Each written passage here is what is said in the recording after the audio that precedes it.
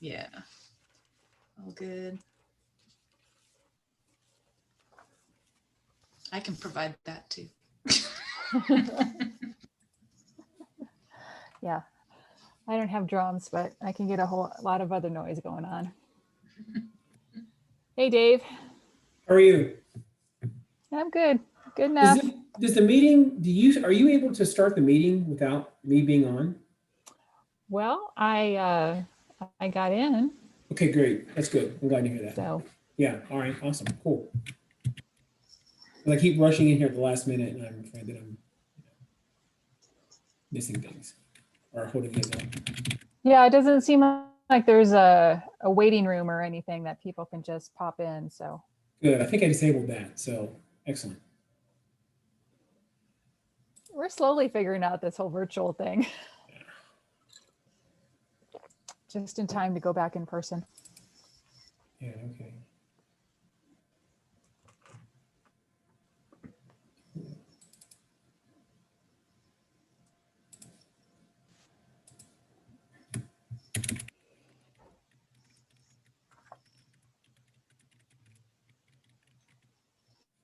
So how many people are we expecting tonight, Dave?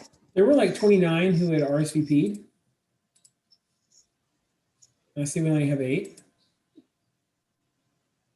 So I think we should give them a couple more minutes. But 29 had RSVP'd. I'm gonna go in there and double check, see if anybody else did. Well, so far we don't have our speaker, so we'll have to give it a few more minutes. Okay.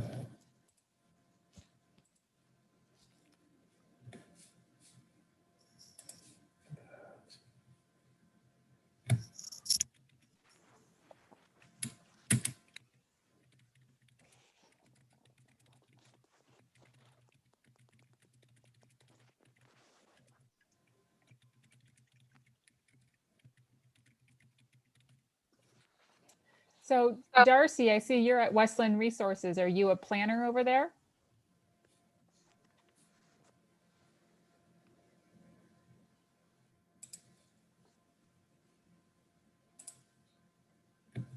Catching people by surprise.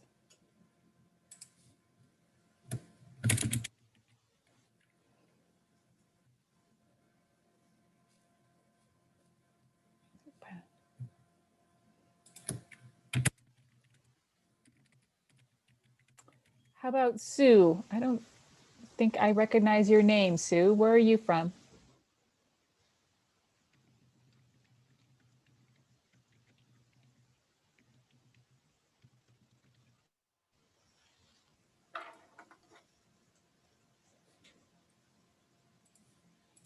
Nope.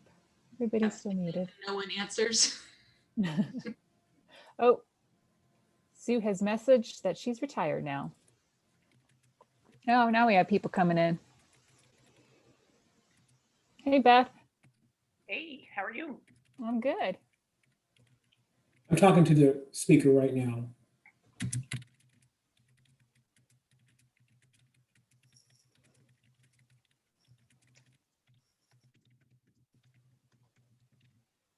So Beth, can we talk you into chairing the 2023 conference committee?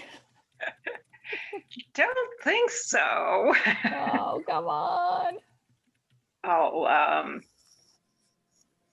maybe chair one of the committee teams, but the conference, I don't know.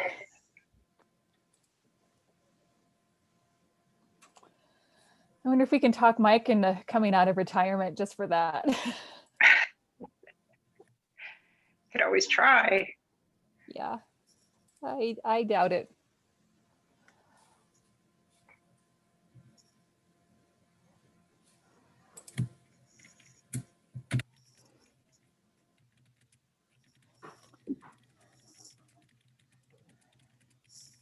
Well, we're up to 12. I just emailed the speaker. He was not able to get in. He was in the room, I think he was in the wrong room. And no one else was signed in, so I just sent him the stuff. So hopefully he will join. I'm gonna try to call him real quick.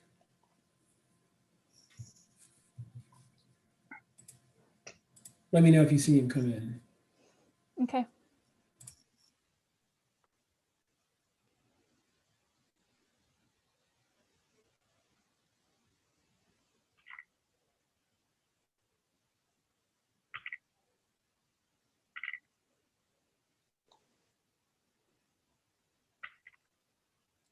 So Abby, how is married life so far? It's great. We decided wedding planning wasn't enough stress, and so we decided to buy a house. Yeah, Yeah. just jump right into that. You know, we yeah, why not? Why So we are actually we're closing on April 9th. Wow. It's exciting. Yes, it was a bit of an adventure since the market's a bit hot right now, but we found a great house and it's in East Mesa and checks all the boxes we were looking for. So pretty jazzed. Oh, cool. Well, congratulations. Thank you. I won't bring up that, married, house. No, 2 years. Give us 2 years. Okay. You're not the first and you won't be the last to ask. Let's see. Still no. Oh, there's Rick. Hi, Rick. You're My muted. bad, Rick. I'm sorry. I think you got some bad info for me. Yeah, I went to Google Invite, and yeah, I'm sorry. so glad I got caught up with y'all. Cool. Oh, good. Well, we're glad you made it. Let's see. Maybe we'll just give it another minute or two, see if we have anybody else pop in.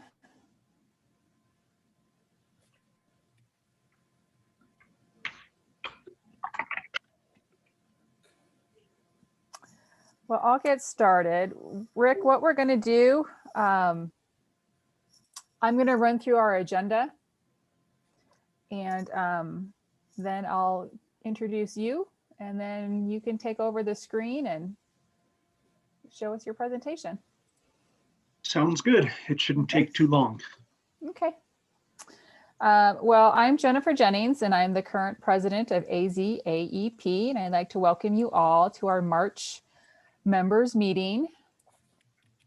We'll do a quick round of introductions. We'll start with some of our board members that we have on here. Again, I'm the president and let's see, why don't we just go down the line? Abby, you want to start off?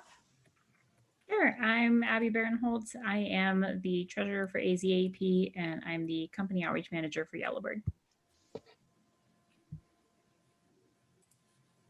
Emily? Hi, everyone. My name is Emily Masella. I am a board member at large for AZAEP, and I am the business development coordinator at Environmental Response Incorporated.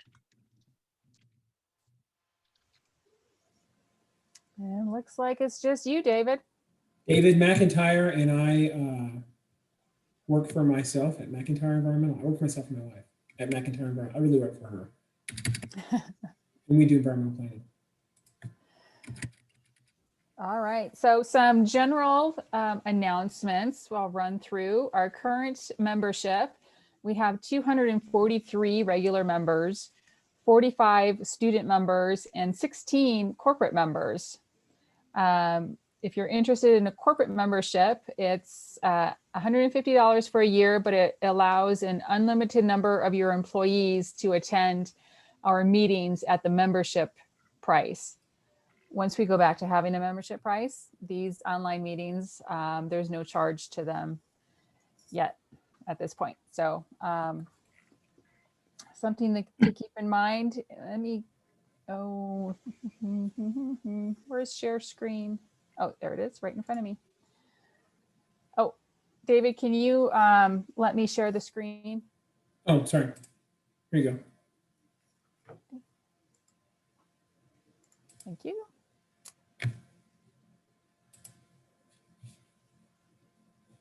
So, okay, I don't see. Let's try that again.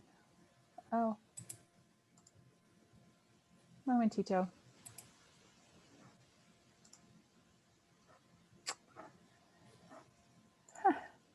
technical difficulties. There we go.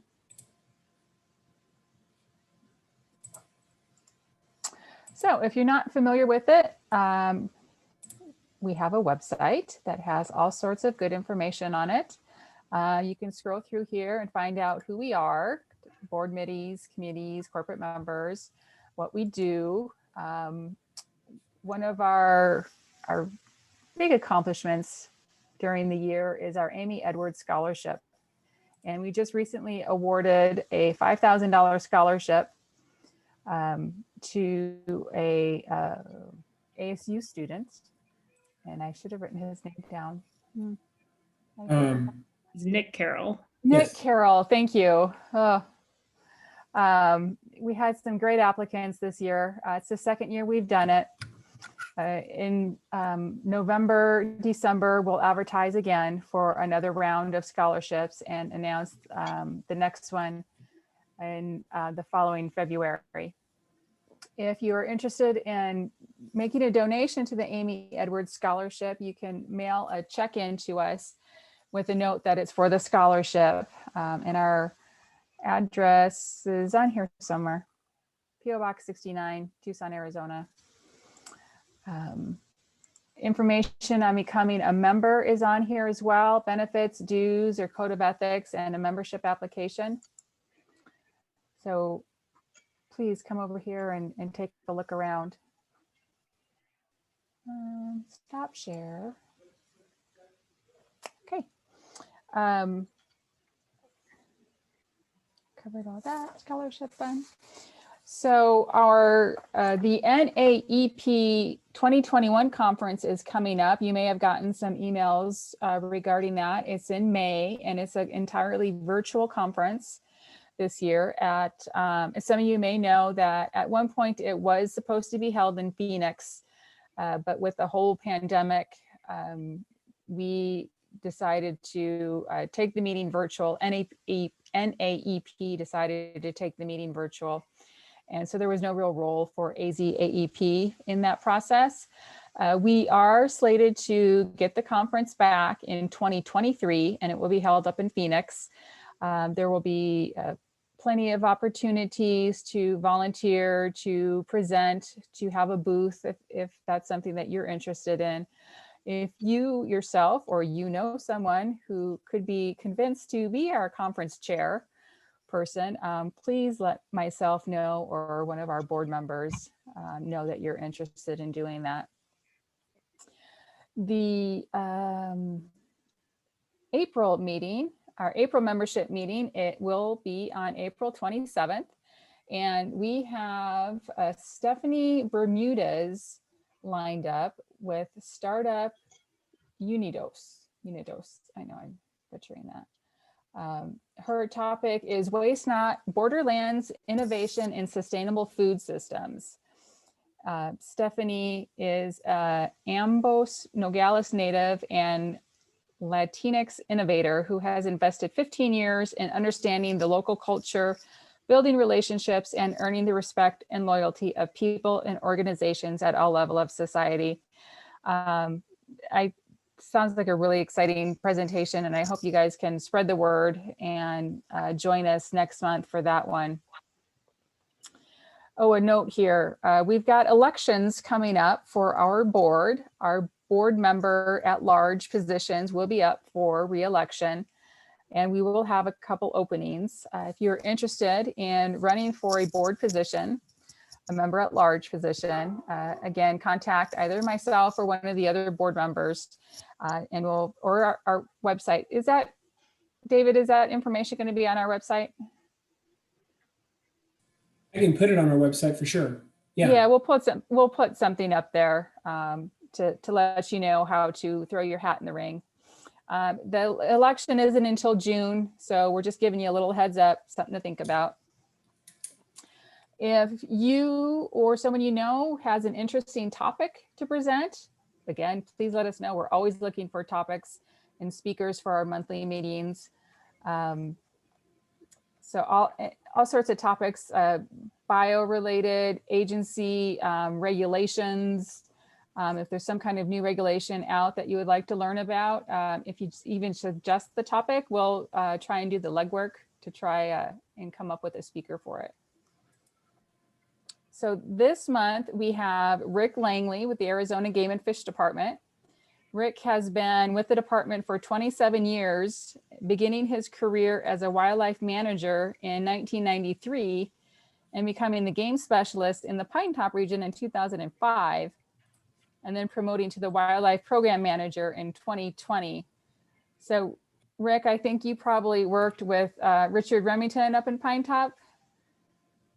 Richard had left by the time I came to Pine Top, but yeah, I do. I was acquainted and worked with him on a couple of other things before I came here. Yep. Yep, we worked together in the past, and he's one of my favorite people. Oh, he's a great guy. So today, Rick is going to talk about capturing and relocation of bighorn sheep in cooperation with the Morenci Mine. So Rick, I'll let you take it from there, and you can share your screen as needed. And if everybody else could mute themselves if you're not already muted, that would be great. I'm going to do that right now. So take it away, Rick. Okay. Yeah, just real quick before I try to share my screen, I hope that all works. Yeah, I appreciate this opportunity. I first did this presentation, a variation of this presentation to the Women in Mining group. I think it was back in October, and it's really nice to be able to kind of bring together the information and what I feel are some pretty good accomplishments in this field and with wildlife management and working with a large mining company. And because the mining industry as a whole usually gets pretty beat up over their impacts on the environment and a lot of concerns on this. And we've really been able to make a lot of progress over the years working with the mine. Many times I'm amazed that they have allowed us to do the things that they've allowed us to do, working on the mine and working with sheep and things like that. So this is not a long presentation. It's not a highly sophisticated or technical presentation. It doesn't have a lot of bells and whistles because I tried to keep it fairly simple with limited bandwidth, trying to do things virtually and stuff like that. We all know how that stuff crashes from time to time.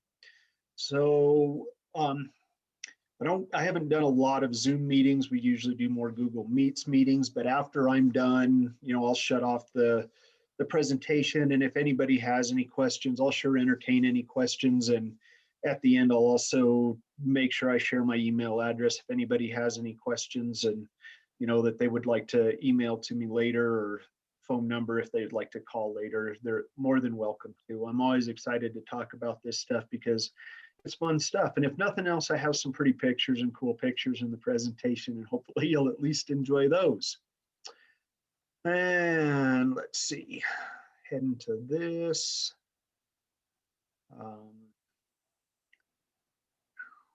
And working on the presentation.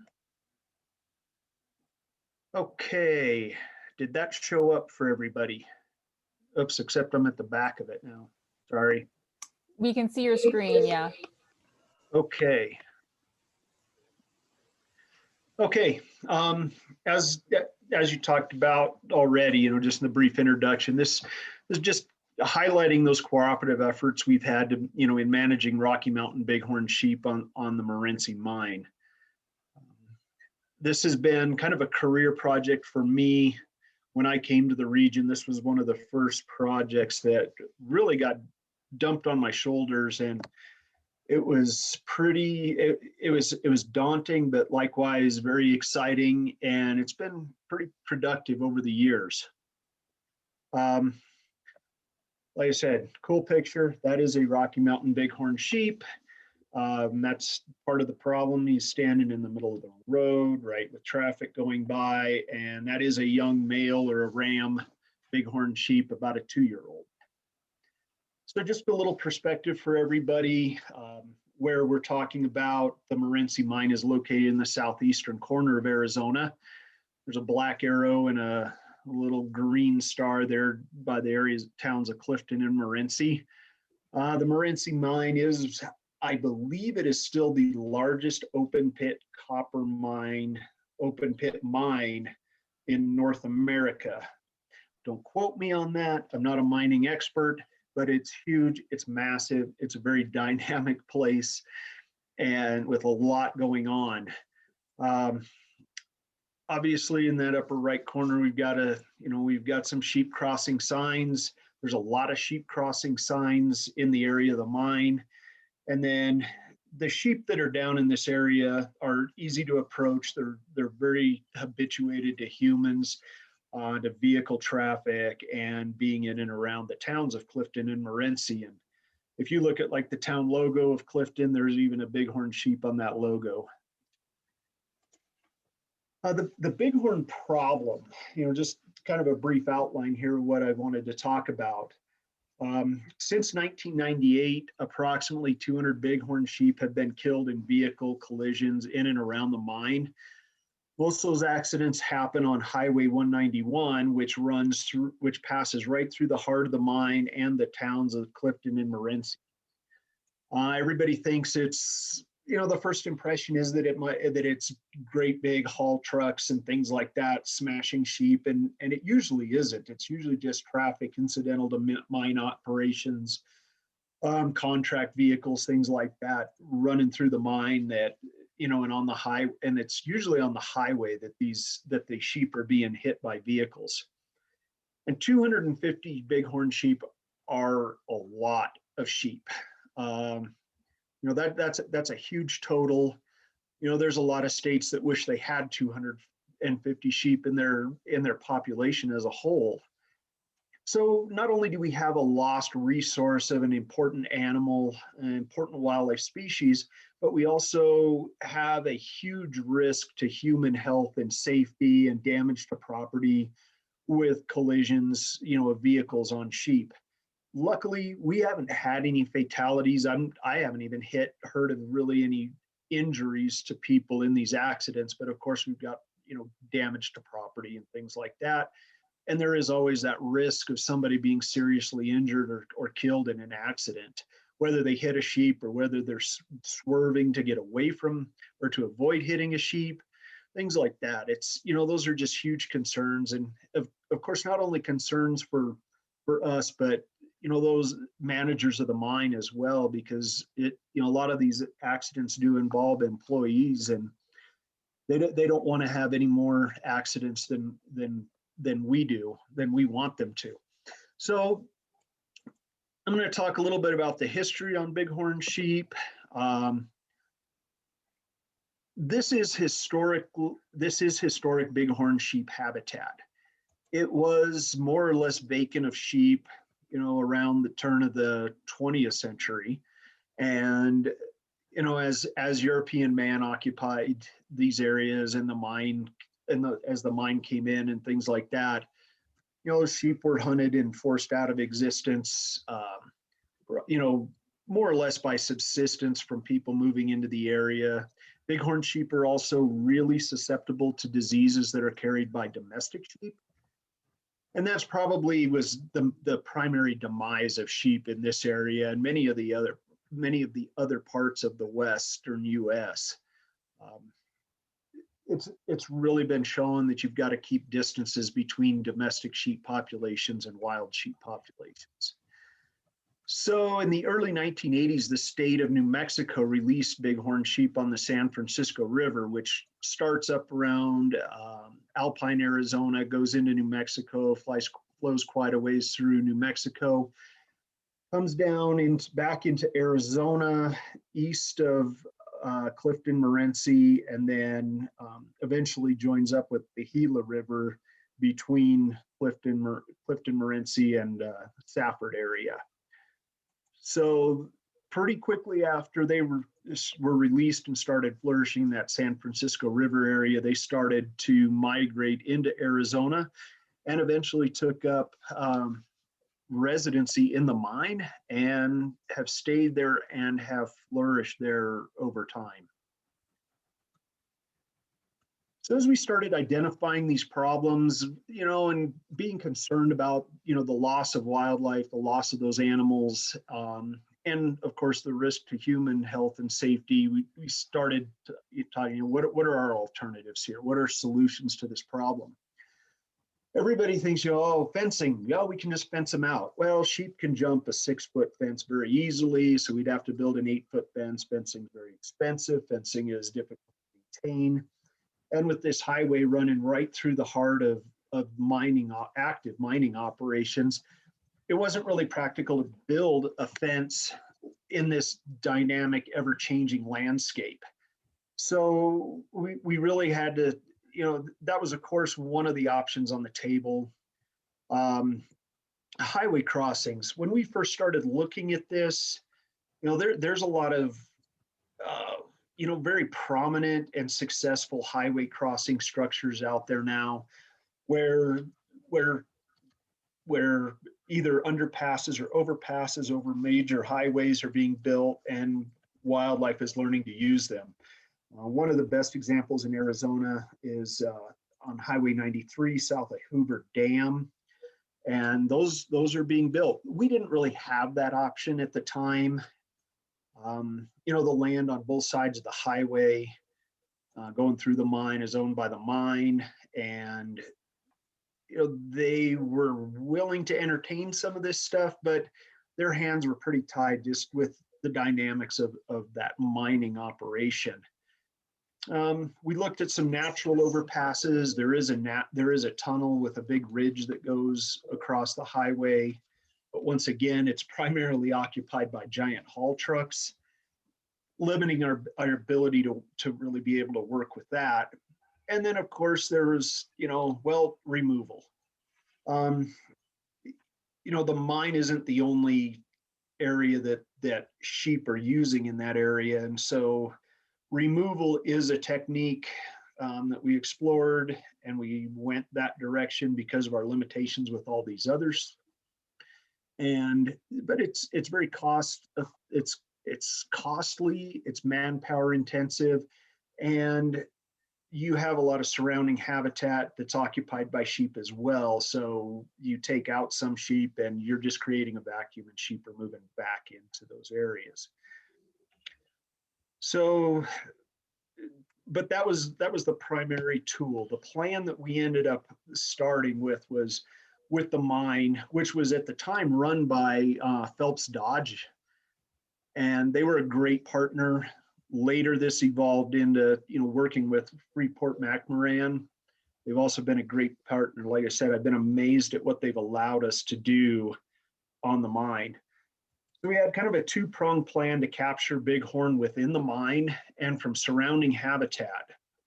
And this later evolved into a three-pronged approach. I'll talk about that a little bit more. But what we were looking at is basically capturing where we could capture sheep within the mine. We were going to do that basically driving around in vehicles and darting sheep with immobilization drugs, and then removing them, putting them in transport trailers, and then taking them to their new home. Outside of the active mining area where we are able to operate with helicopters, we capture sheep with a net gun fired from a helicopter, and I've got a couple slides talking about that in a minute.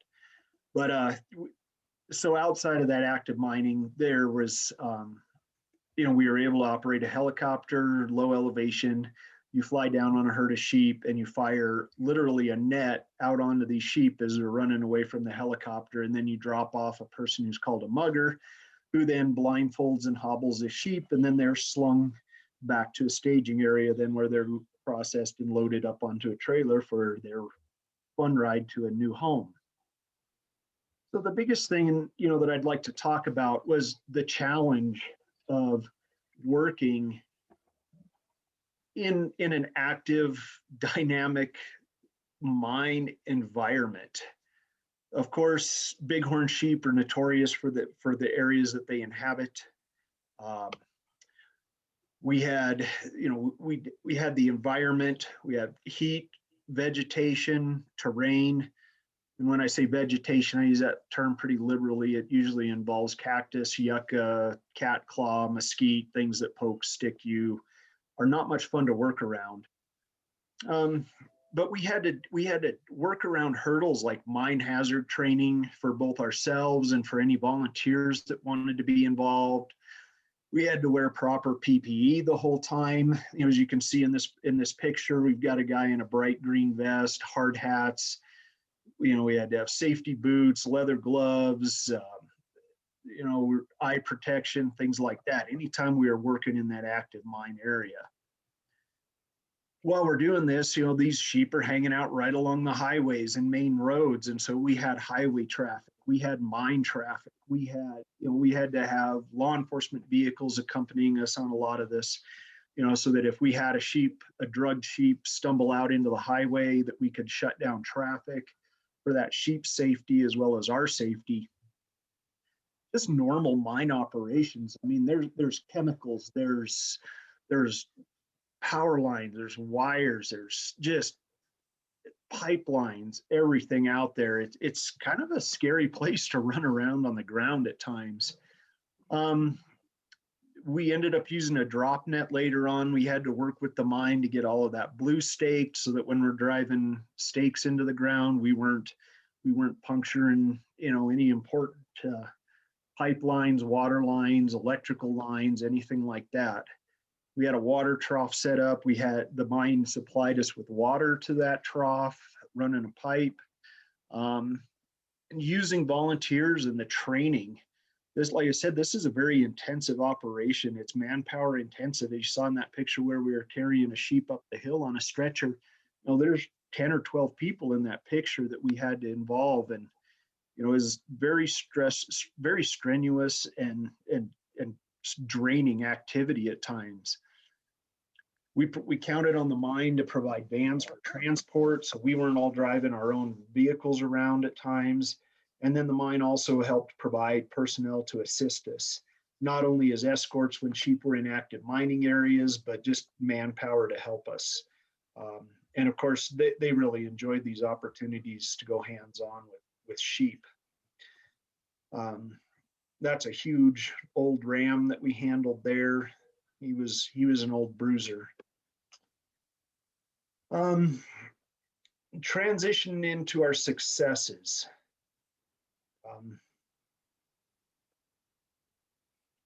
It's like I alluded to in the beginning in 2005 when I came to the region, the Game and Fish Department and Phelps Dodge and later Freeport McMoran, we began capturing and translocating sheep from the mine in southeastern Arizona to unoccupied habitat in other parts of Arizona.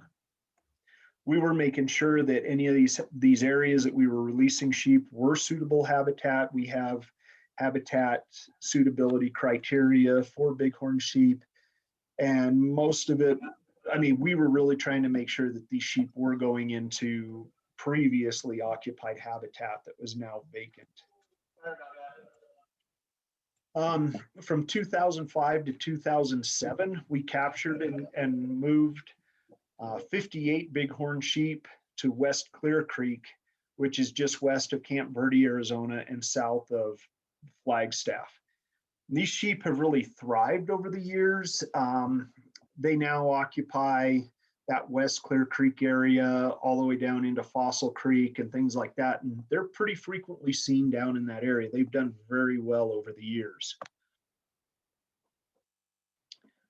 So just getting into some of our methods, these were some slides, pictures from our helicopter work. There's our helicopter flying very low, chasing a herd of sheep. Once they caught a sheep from the helicopter, these are muggers, as we call them, that then are dumped off out of the helicopter and they handle these sheep on the ground. You know, you can see this ewe is blindfolded and she's trussed up in what looks like a straitjacket, and for all intents and purposes is. And then this helicopter from the sling line takes them back to our staging area where they're collared, ear tagged, and put onto and given a health assessment, and then loaded onto the trailer. Pictures of some of our darting efforts. You can see this young ram in that picture on the left. That red arrow is pointing to a dart in his shoulder. He's getting very sleepy at this point in time, and just kind of showing the other sheep in the background. These sheep are very habituated to people. They're easy to approach. We're pretty much just rolling up to them in a vehicle. We're not stalking or hunting them. We're just rolling up to them in a vehicle and basically darting them from the window of a vehicle, which doesn't sound all that challenging, but it still is challenging. And then once they're darted, they're given a blindfold, try to avoid as much visual stimulus as possible, and likewise protect their eyes from dirt drying out and things like that. Of course, the guy in this picture doesn't have a hard hat on. We were not in an active mining area at the time. I always have to qualify that so I don't get us in trouble for violating some of our safety protocols that we had. Later, we also evolved into using drop nets, which have been used for a long time for capturing sheep and deer and things like that in the wild. And basically, you set up a site where the sheep or deer or whatever the animal is you're trying to capture, in this case, obviously sheep, they're baited in. We used alfalfa as a bait source, and likewise salt licks. And during the summer, we were doing this in July, and it was hot. So we also had water troughs there, and I think water ended up being about the biggest attractant for these sheep to get them habituated to coming into these sites.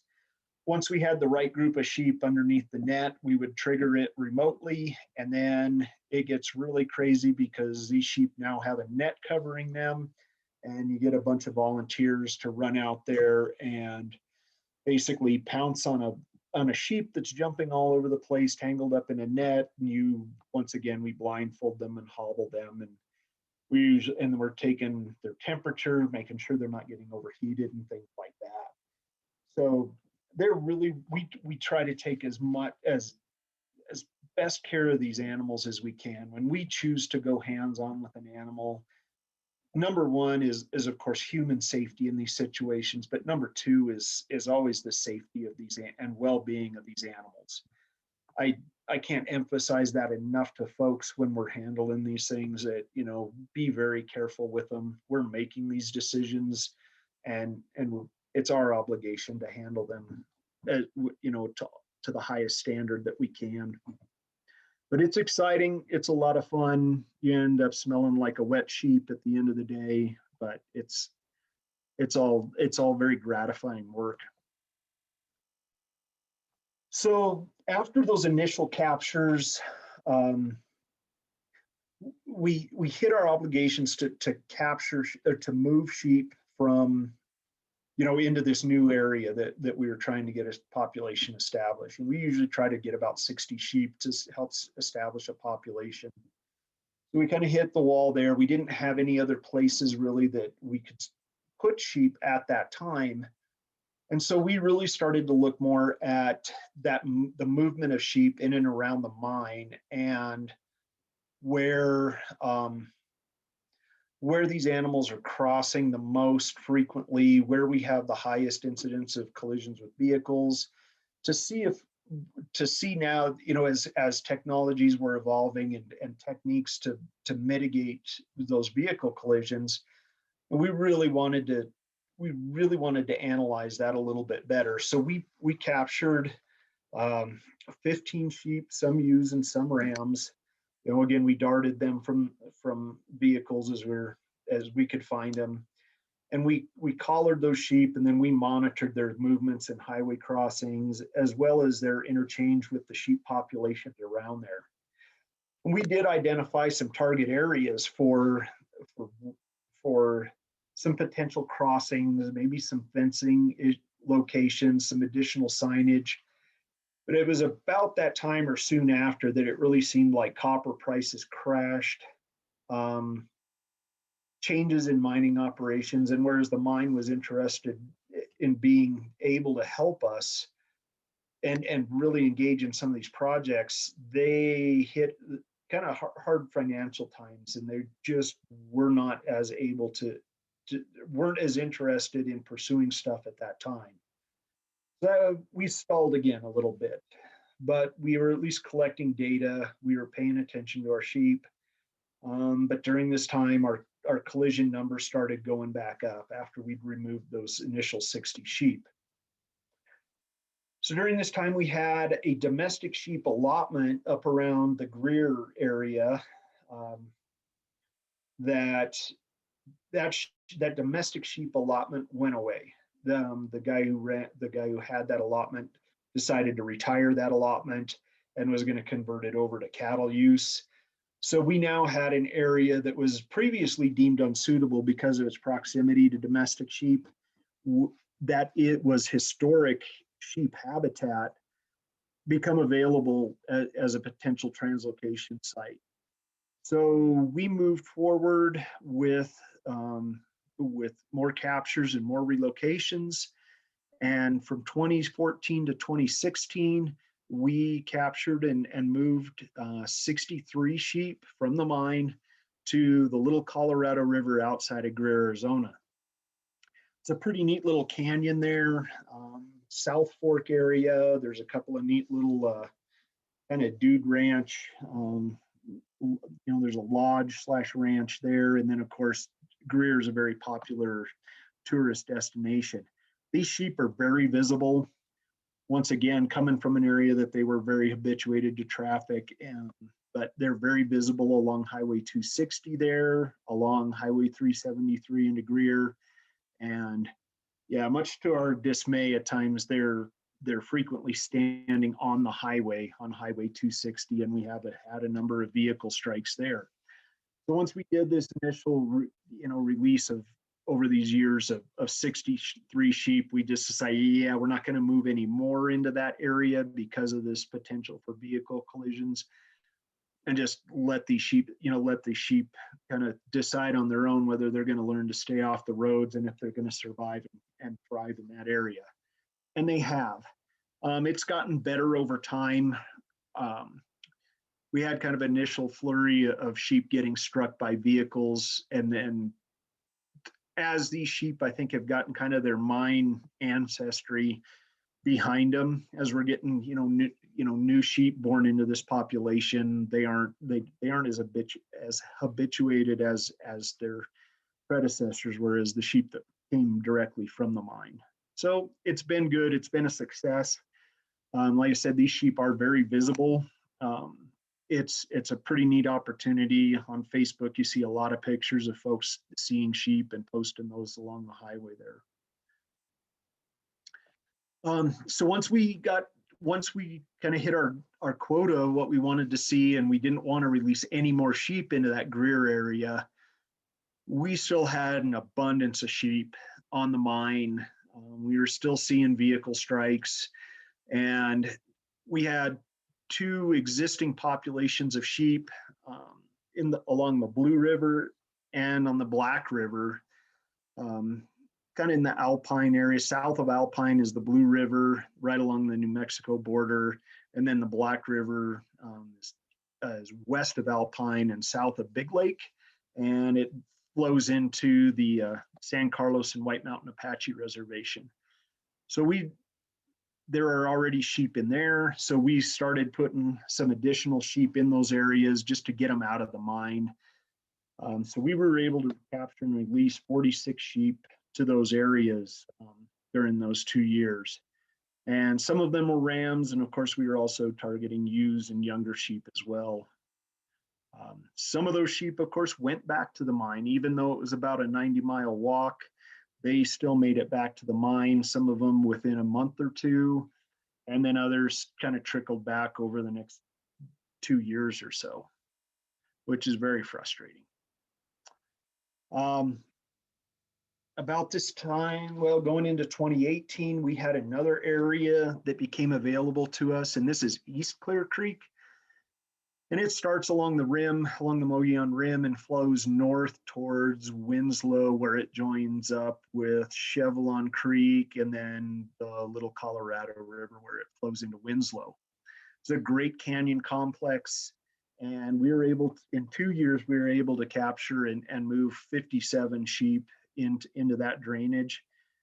And once again, this has been a very successful operation. These sheep are breeding, they're having young. We're seeing good numbers of sheep coming into this population. Kind of moving along, as we've been moving sheep, we still wanted to look back at what was going on in the mine. And we've seen some things change. They've realigned the highway once again as it goes through the Morenci Mine. There's actually a really nice big new fence along a lot of this mine, which we're really happy for. So in November of 2020, we weren't able to capture any sheep because of COVID. I'm really tired of saying because of COVID, we couldn't do something, but I think we're still going to be saying that for a little while longer. But we were able to go down and we darted and collared an additional 5 ewes and 3 rams. And like I said, we wanted to look at their movement in relation to that new highway. And then we also wanted to look at, we call them Judas sheep. And they're the ones that are there to tell us when sheep are in the mine and available for capture opportunities. So they're kind of traitors to the rest of their clan. So we've already seen a lot of neat data from that. All of these different, each one of these different colors on that map indicate a different sheep. And you can see they don't just stay in the mine, they travel around. This is just a snapshot from like 1 week of locations back in November, December. I think it was actually early December of this last year.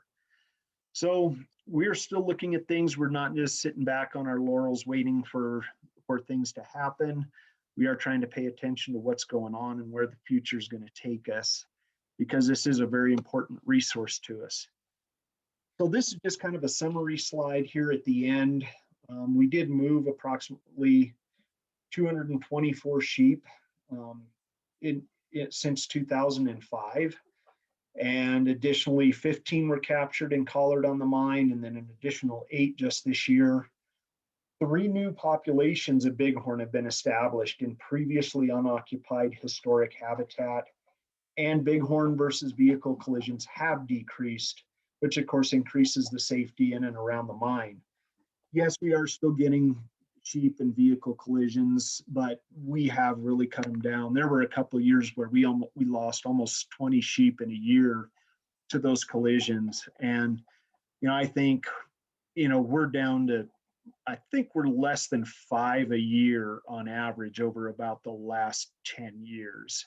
So it has really slowed down, and it's encouraging. We're going to continue to evaluate opportunities to capture and translocate bighorn as they are available, and we're going to continue to monitor vehicle collision data and the movements of bighorn in and around that new highway. So what did we learn from this effort? Obviously, industry and conservation agencies can work together for the common good. Like I said, I think a lot of this work is almost landmark work that, like I said, what the mine has allowed us to do. Communication and understanding each other's needs is really critical.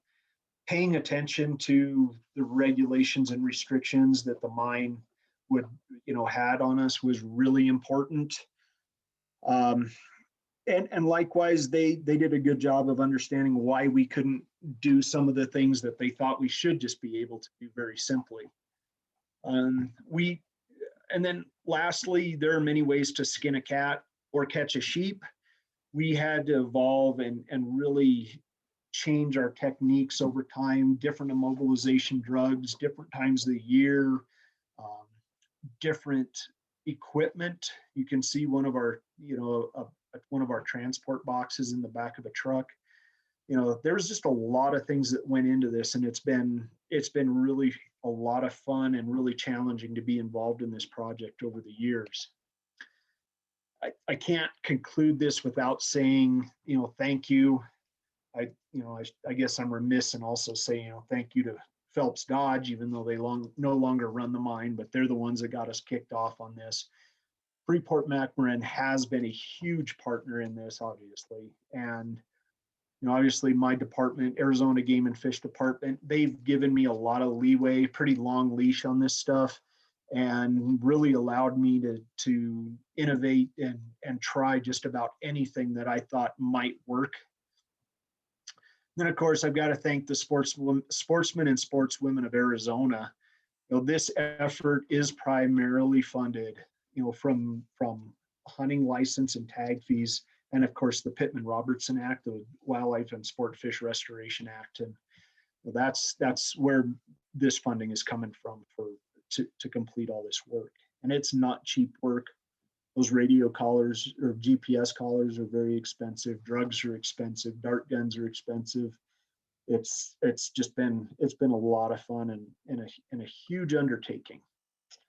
So that is the end of that presentation. I'm going to stop sharing my screen, and I've lost the light in my office, so I got to go turn that on. So bear with me real quick.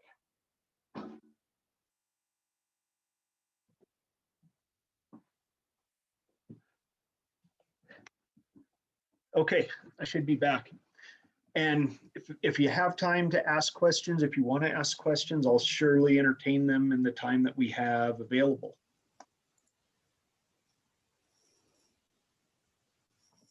Does anybody have any questions? I know I've got a couple. Shoot. So I was aware that you can net them from the helicopter, and of course the darting, but this whole drop net thing, that's just like mind blowing. How many can you get at one time doing that? Well, that's a great question. There's many things that you have to take into account there. One, of course, is the number of people you have to handle those sheep, because you cannot have sheep continuing to bounce around underneath the net. Some of them get tangled up and fall down on the ground immediately. They're easy to handle, but you always have extra sheep that are running around underneath the net. So we usually try to have a ratio of 2 people to 1 sheep on one of those captures. So if I know that I only have 10 people to help handle a sheep, I don't want to handle it. I don't want to drop a net on any more than 5 sheep. I want a good ratio so that we can safely handle those animals quickly. And usually then I've got to have extra help as well, because we're going to pour water on those sheep to keep their temperatures down. We're going to have people taking temperature. We're going to have people taking nasal swabs and blood draws and things like that to do health assessments on them. So, if we're going to capture 15 sheep, I'm probably going to have at least 40 people there. And so you really have to pay attention to what you have underneath the net before you pull the trigger on it. It is very manpower intensive.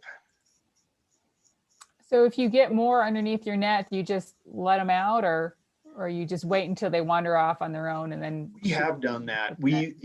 You play that, you have to play that game. And of course, anybody else that's watching the guy with the trigger or the girl with the trigger, I always try to hand the trigger to someone else because I don't want the responsibility of doing it. But everybody will be like, oh, pull the trigger. And there'll be 25 sheep underneath the net. That sheep's about 60 foot by 60 foot. So you can have a lot of sheep underneath there. And you just got to say, no, I cannot drop that net until there's a more reasonable number under there. And if you do get more sheep, or you get kind of a non-target animal under there, say you don't want any rams at that time, and you get a ram under there, you would just simply turn it loose, untangle it, and kick them loose and let them go. So one of the last maps that you had that had the dots on it, a couple of those dots, I mean, they were like way off in the middle of nowhere, so to speak. Yes. And it looked like they were not with any of the other colors, but are they in a group? Are they solitary going out that far? Or is there a small group of them that wanders around? There's most likely other sheep with that sheep. The rams will tend to venture off more solitary than the ewes and younger sheep will. They'll they'll take off on their own. Ewes will usually be traveling. The females will be traveling in groups. And, and so that is some of the important data that we wanted is that we wanted to make sure that these sheep that we're moving from the mine are not we know that they're not an isolated population, that they only stay there in the mine and in town and stuff, but they are part of a larger population that does go out into the rest of that habitat. There are other sheep that live out in those areas where you see those strange dots going off into no man's land. There's other sheep out in those areas. They do interact, especially during the breeding season and things like that. So we want to make sure that by us removing a lot of sheep from the mine, that we aren't impacting the population in a negative way from those areas around the mine. Do you have an estimated number of sheep in Arizona? Total In population? Arizona total, so we do have two types of sheep in Arizona. We do have Rocky Mountain Bighorn sheep, which are these over on this side of the state and that we're dealing with here on the mine. Even though it's I'm stumbling on words here. It's not at all the type of habitat that you would expect a Rocky Mountain Bighorn sheep to be living in. These are living very much in like desert Bighorn sheep habitat, but they do very well. Yeah. Total sheep in the state, I think our latest estimates are, I want to say 2,000 to 3,000 sheep in the state between desert sheep and Rocky Mountain Bighorn sheep.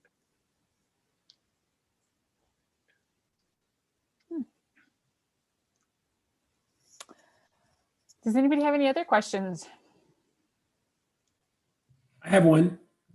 Go ahead. So when you relocated them to that allotment that had domestic sheep in it, there was no concern that they might have that, I don't know, bacteria that they had that might have been, dangerous, that it would be transmitted to them or they could pick it up?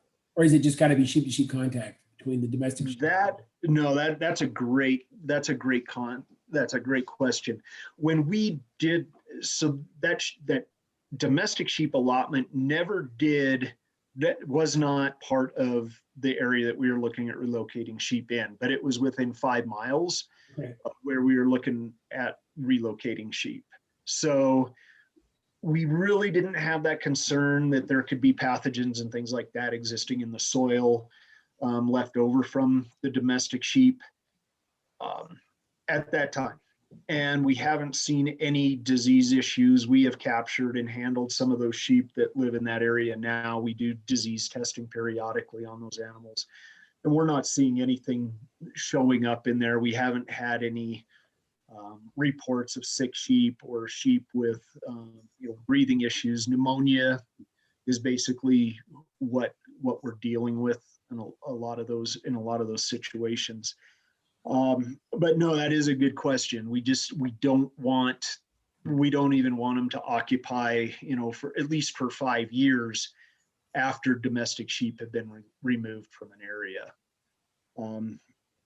The other location we would like to have bighorn sheep in is the Chevelon Creek area, but there is a huge domestic sheep allotment right along the rim of Chevelon Canyon, and it's still they only use it maybe once every 2 or 3 years, but we aren't going to even entertain putting wild sheep into that country just because of the potential for a disease outbreak there.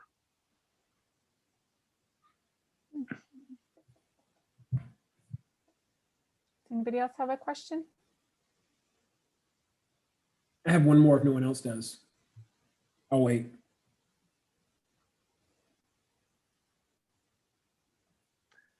Go for it. Go for it. On the topic of the wildlife crossings, Yes. have there been issues with predator animals, higher in the food chain, waiting for their prey to cross and ambushing them on the other side of these crossings? I'm just curious about that.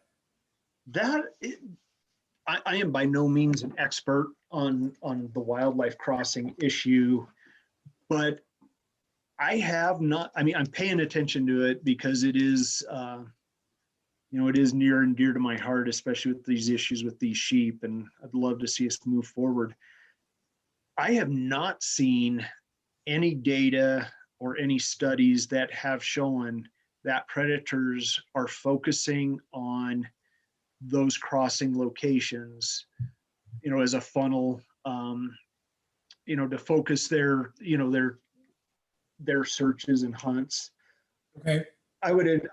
Predators learn, and I would venture that we may see some of that activity in the future as you get more and more of these crossings, and as they become well established and used for many years by animals. I think you could see predators learning that those are funnels and good target areas to hunt in. But I haven't heard of it yet, and I haven't seen it yet, but it's a great point. I think it's probably going to happen. Okay. What about the related predator of human hunters? Has it opened up opportunities for hunting? So the areas that we have released sheep, our primary goal is, of course, to establish a viable population, self-sustaining population.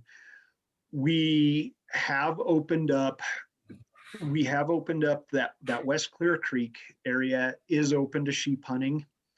It's been open for at least 5 years and maybe 7 years to a very limited number of permits. Like I said, that population is doing very well. The area around Greer, we did propose that a 1 permit sheep hunt, so that possibly 1 permit could be open this year. We're 7 years out from when we first started releasing sheep in there. We estimate that we've got approximately 120 sheep in that area, and those hunts are only for rams, and they tend to be older age class rams that we're basing those permit numbers on that we allow to be taken. So it has opened up some areas for hunting that didn't previously exist. And of course, that's not our primary goal going into this, but it is a benefit in the long run, especially when hunters, sale of hunting licenses and tags are a really huge revenue source for our department. All right. Well, thank you. It's a very nice presentation. Thank you. Oh, thank you. Anybody else have any questions for Rick? Last chance. Well, thank you very much for your time tonight, Rick. It was a really interesting presentation, and we appreciate you sharing it with us. No, I appreciate the opportunity to share. It's exciting work.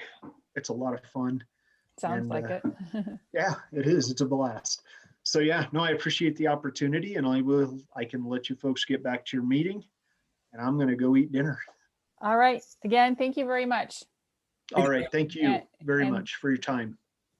To the rest of you still here, that's it. Have a good evening, and we'll see you next month. Thanks. Sounds good. Night. Right.